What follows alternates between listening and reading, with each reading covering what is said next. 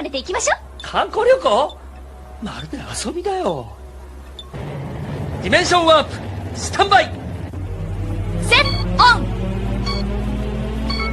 10、9、8、7、6、5、4、3、2、1。ディメンションワープゴー。あー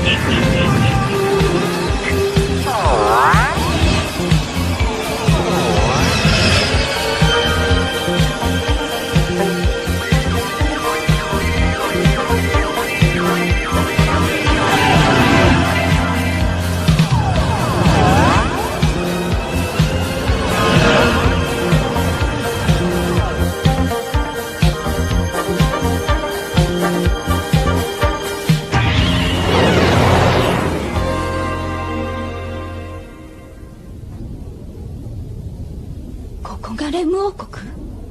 んなバカな。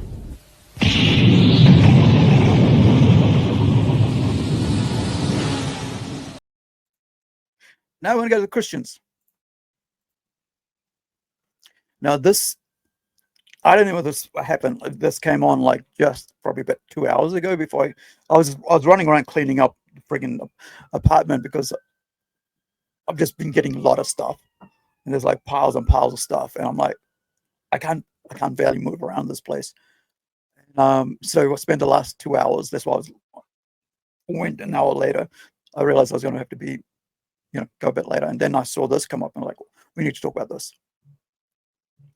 Okay. Let's get this set up. All right. So this is from a Christian broadcasting network, right? And we looked at Congo. We looked at how Congo has been dealing with China. Last time we looked at that, and how South Africa has been dealing with China for the last 10 years, right? They're the new caretakers and the new saviors, messiahs for Africa, right?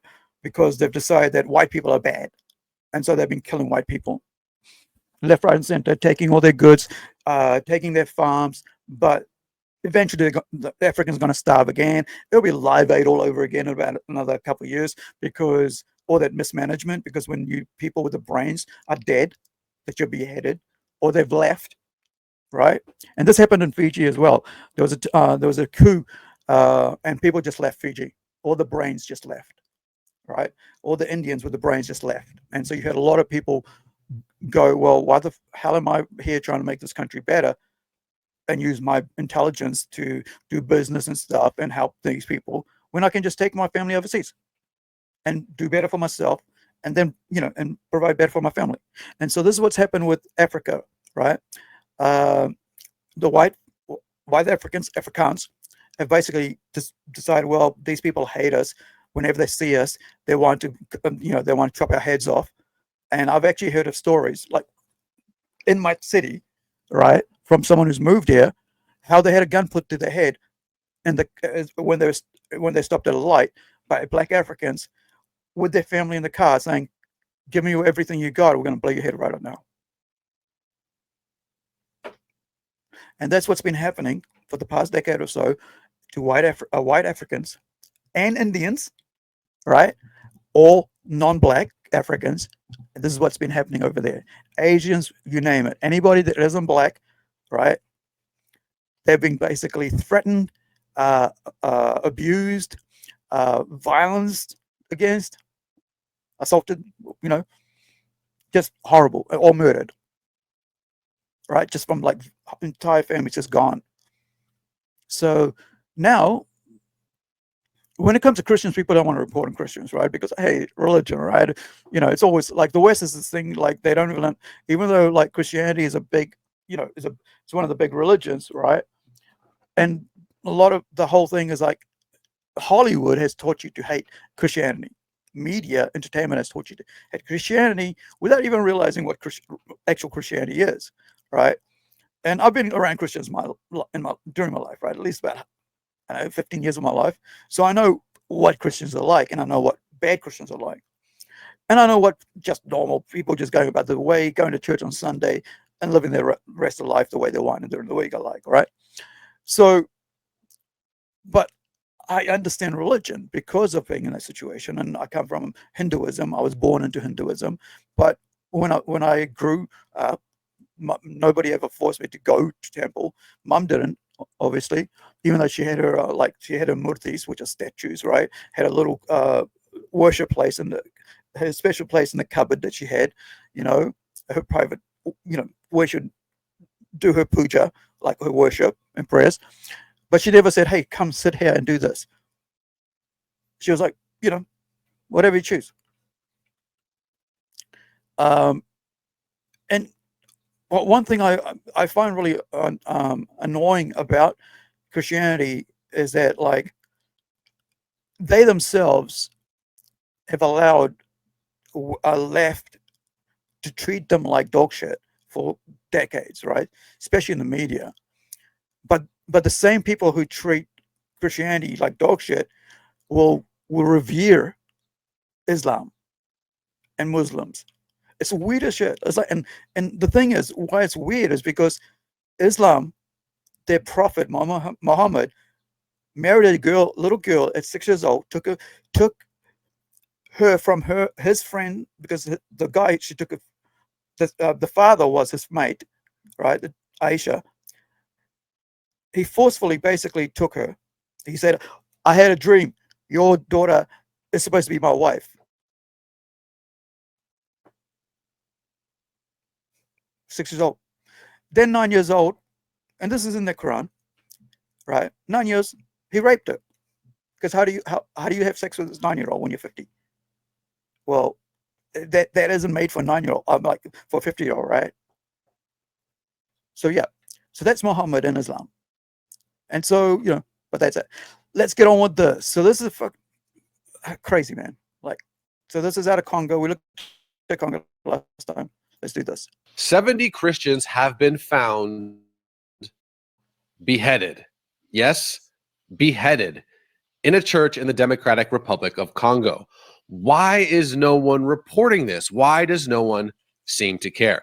Well, let me bring in Dexter Van Zyl, an expert on anti-Christian violence. Dexter, what can you tell us about this absolutely barbaric atrocity? Okay, well, first of all, it took place in the Democratic Republic of Congo, which is a huge country with about 105 million people, that right now is basically in a conflict with neighboring Rwanda over territory in Kivu, okay? And the violence was perpetrated by an organization that was affiliated with ISIS. And the thing is that there are some people who have Muslims argued that they are essentially working on behalf of Rwanda, because Rwanda is a neighboring country that covets and is actually taking control of an awful lot of the mineral resources in Kivu. Isn't it interesting that, like, whenever, like, there's attacks on Christians and Jews, Israelis, right, or Hindus, it's always Islamists and Muslims who do it, right? Really, Canada, America, UK, India, Pakistan, Middle East, Africa. It's always Muslims who do it.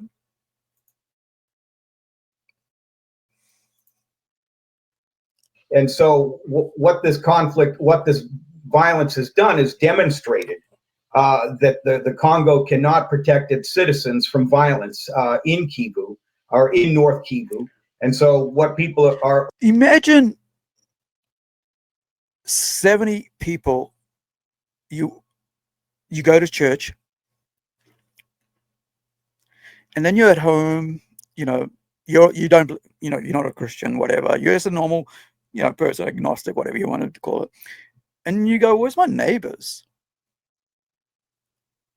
Usually Bob's walking down the road. Let's say, I know, Kunta, whatever freaking African name is, Swahili person, whatever you want to call it, right?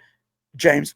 Most of them look good Christian names anyway. So just say, I'm sitting in my house, and, like, James, I just watched James with his family go off to church Sunday, or maybe it was, one of those weekly prayer things, whatever they do. So there's some missionary meeting. And I'm having a smoke, having a drink, whatever, got the barbecue out with the family. I'm going, what's happening? Why isn't James and his family back? The brother, the brother went off. He's normally, from what I understand, he's going to come back after 2 hours, sometimes 3 hours. And in South Africa, they have longer meetings. Like in the islands, they have like 3-hour freaking meetings. I can't handle that shit. I remember going to them and I was like, yeah, this is way too long. Hour and a half's good enough for me. Like a movie length. That's as long as it just should be. Right. But and then you're just going, he's usually back around this time, and then you go, and then like Joe over there goes, hey James, did you see Paul come home yet? His family, I just got a call from his grandmother saying like, hey, she's been trying to ring his home. There's nobody been answering, and they've been waiting for them. And they're supposed to be home by now because they're supposed to come over tomorrow. So some sort of thing's gonna they had some arrangement. And James goes, "Nah, mate." I was like, I saw them go past, and next thing you know, they go, well, other people start going, oh, I didn't see Lucy either. She's, her and her son and daughter went to church as well, and they haven't been back either. So they get together and they go, look, and there is in the church 70 Christians dead, no heads, or their heads chopped off in the church by Muslims.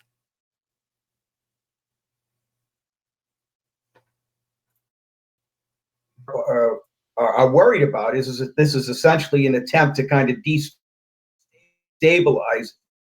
the Democratic Republic of Congo and legitimize Rwandan claims to the minerals in the region.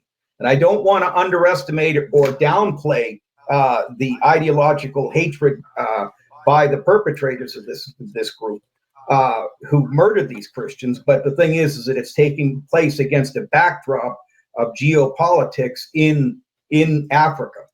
And what has happened is, and so if the Congo, under the leadership of Felix Tshisekedi, can't protect its borders, essentially it's going to have to go for help outside the country, and the people live there, and that's why people are worried about it. The Congolese that I've spoken to here in the States say, I said, wait a minute, are you telling me that the Rwanda is a Christian nation? And they said, yes, but this will help destabilize the region where all of these minerals that are used for the iPhones that we make, that we use in our lives. And so clearly there's an ideology. Did you hear that? They're after the whatever. What is that in there? Like there's a mineral. Let me just find out. I know it. I've looked into it before. What is the mineral that is mined in Congo that is used in iPhones?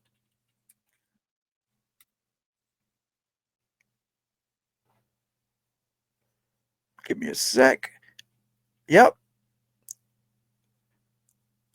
Coltan. Right? The mineral mined in the Democratic Republic of Congo, DRC, that is used in iPhones and other electronics is primarily coltan, columbite tantalite, which is refined into tantalum. Right? So this war is all about the old iPhone and other electronic shit. So people dying for coltan.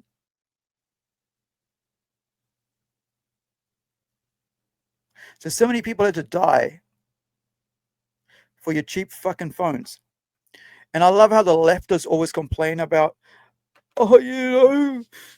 this and that, and while they're eating their avocado toast, right? That just always cracked me up. Like we've got an avocado tree, and most of it, like, we just give it away or like birds get into it, or rats or possums get into it, and they leave holes.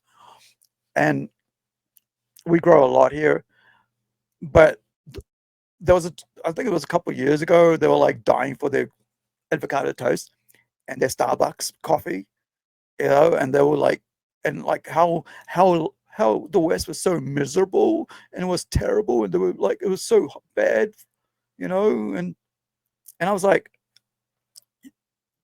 you have an entire computer on your hand to learn, to find knowledge, instant news about anything, anywhere in the world, and you can connect to anybody, anywhere in the world, as long as you got their details, right? Social media, whatever. And yet you want to complain about how bad the West is. Yet there are people dying for the friggin' thing that goes into that. And we looked at Congo and how it's been bastardized forever because amongst its own militias wanting control of all that, so they kill each other off, and they fight each other over it. And whoever has a bigger gun, or is backed by the bigger friggin' boss, right, or whoever's got the most access to the mines. If you have the mines, then you can sell whatever's there, the coltan, the diamonds, the gold, whatever, and buy more weapons. So you wipe out more people. It's Africa's basically dog eat dog, right? They're barbarians. They become barbarian. They've never given up tribalism, which is the weirdest thing. Just like the Middle East, they've never given up tribalism. And this is why I don't hate the notion of brown people or ethnic people being so special, right? The only thing that makes us head into the future is when we give up our tribalism. Right? When we stop being so tribalistic, it's like, oh, I belong to this tribe and you belong to that tribe, so I can't talk to you. Or I want to keep mine from you because I'm this tribe. It's always been that way with ethnic people, right? And it's just crazy. It's like really used to drive me mad, like how everybody, especially the left, reveres ethnic people. It's like, yeah, I appreciate the culture, cool. Something different, but still, without Europeans, we would have killed each other off, ourselves off. Not you killed us off, ourselves off. We'd be dead, right? Most of the tribes in the world would be extinct by now. Honestly, we'll be gone. Like Africa would have wiped each other out by that time, right? Because same with America, man. Like they were hunting each other down, right? For territory, for food, whatever, the next buffalo, whatever, and what in South America was it? The Aztecs were killing each other off, sacrificing to the gods. India, dang, they were getting raped and pillaged by Muslims every 30 years, 20 years. Yeah. Logical and a theological component going on, but there's also a strategic issue as well. Oh, it's terrible, isn't it? It's hard. As a former Peace Corps volunteer, I served in the Congo for about a year, 14 months in the 1980s. And the problem is that if this violence is allowed to continue and the average Congolese learns and recognizes, and the violence like this against Christians perpetrated by jihadists is not a new problem. It's been a problem in North Africa for a long time. And the problem is that trying to get people to pay attention to it is very difficult. Well, that's my second question is, you see the headline, 70 Christians beheaded, and you think, what? You almost can't fathom that headline. But is Islamic violence against Christians in Africa, is this an anomaly, basically? Oh, no, absolutely not. This takes place in a number of countries throughout the region. And there are some people who are worried that essentially what we're looking at is a jihad against Christians in numerous other places in North Africa. And routinely we hear reports of these acts of violence. And the problem is that what happens when the Christians start to fight back? Are we going to start to see the equivalent of an interreligious war in the continent? And the problem is that there's going to be huge problems with this. The problem. So here's the problem I see with religion, right? This is why I'm not religious, because I couldn't handle having my hands tied by religion. If somebody hits me, I'm going to hit them back. If somebody hits my family or someone in my family, I'm going to attack. Right? I'm for the I'll try to keep peace as much as I can, but like really, when you're beheading fucking people, I ain't holding back. And this is the problem that the Pope, especially the Pope and his bullshit, right? And his Catholicism and his bullshit preaching, right? It's kind of evil to be honest. I just think, the Pope is evil as shit. He preaches, he preaches shit that doesn't even go in line with the Bible. But the idea is that he doesn't even help his own people in Africa. He doesn't even say, this is wrong. He's all for Allah. He's all for Quran. We should all appreciate. Yeah, but your Quran loving people are basically killing your Christian brothers and sisters and beheading them in churches, in your holy places, or in your holy places worship.